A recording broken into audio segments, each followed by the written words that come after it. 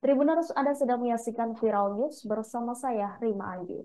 Untuk pertama kalinya sejak perang pecah Israel dan Hamas di Gaza, Palestina, pejabat militer Pentagon mengundurkan diri. Perwira Badan Intelijen Pertahanan Amerika Serikat tersebut, yakni Mayor Harrison Mann, dia mundur karena dukungan Gedung Putih terhadap agresi Israel.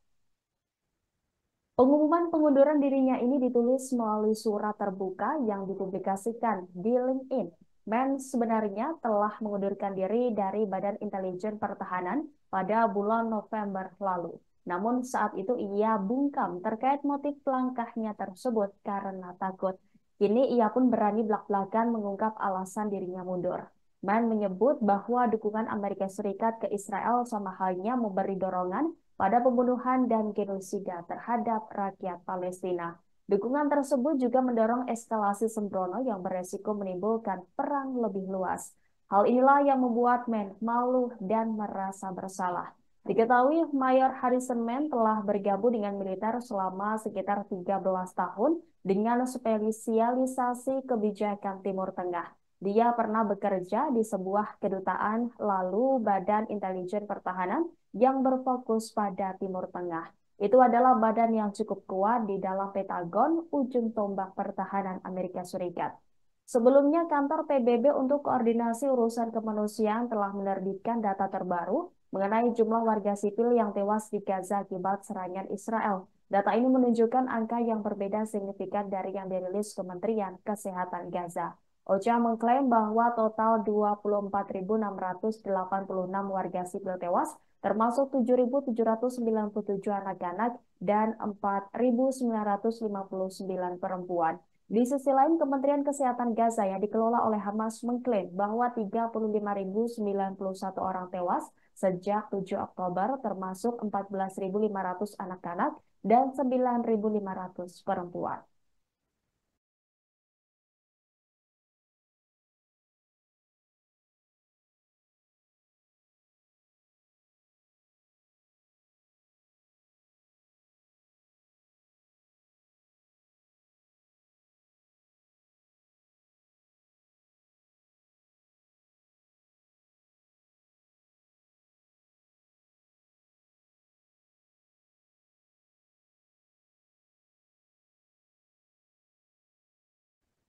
Di tengah perang yang masih berlangsung di Gaza, Amerika Serikat membuat pernyataan mengejutkan. Penasihat Keamanan Nasional Gedung Putih Jake Sullivan menyebut Amerika Serikat tidak mempercayai adanya genosida di Gaza. Di sisi lain, Amerika Serikat juga menyinggung Israel yang telah membuat Palestina hancur.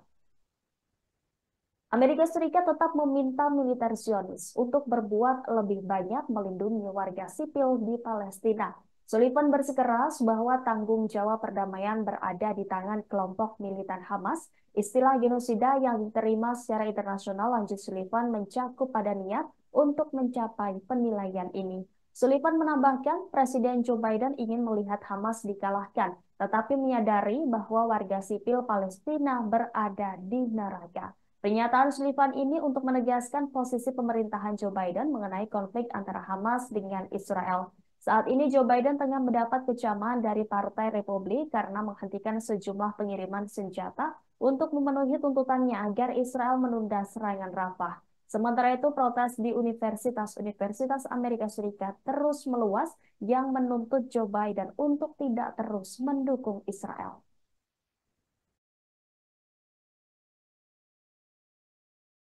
We believe Israel can and must do more to ensure the protection and well-being of innocent civilians. We do not believe what is happening in Gaza is a genocide. We have been firmly on record rejecting that proposition. We believe Israel can and must do more to ensure the protection and well-being of innocent civilians. We do not believe what is happening in Gaza is a genocide. We have been firmly on record rejecting that proposition. We believe Pemerintahan Joe Biden resmi melarang impor uranium dari Rusia hingga tahun 2040 mendatang. Langkah ini dimaksudkan untuk memutuskan salah satu aliran uang dari Amerika Serikat ke Rusia di tengah perang di Ukraina. Diketahui perusahaan-perusahaan Amerika Serikat sejauh ini membayar ke Rusia sekitar $1 miliar per tahun untuk pengayaan uranium. bahan bakar utama yang digunakan oleh reaktor nuklir. Terkait langkah tersebut, Duta Besar Rusia untuk Amerika, Anatoly Antonov, memberikan tanggapannya. Menurut Antonov, larangan Amerika Serikat terhadap impor uranium dari Rusia akan memberikan pukulan yang lebih keras terhadap perekonomian Washington dibandingkan perekonomian Moskow. Dia juga menambahkan bahwa kebijakan sanksi pemerintahan Biden tidak memberikan hasil yang diinginkan. Sebelumnya, Kongres mengambil tindakan cepat untuk melarang impor minyak dan gas Rusia sebulan setelah invasi Ukraina pada Februari 2022 lalu. Namun, sanksi terhadap impor uranium memakan waktu lebih lama karena Rusia memasok sekitar 20% bahan bakar nuklir Amerika Serikat, sehingga menyebabkan beberapa anggota parlemen khawatir akan gangguan terhadap 93 reaktor nuklir negara tersebut.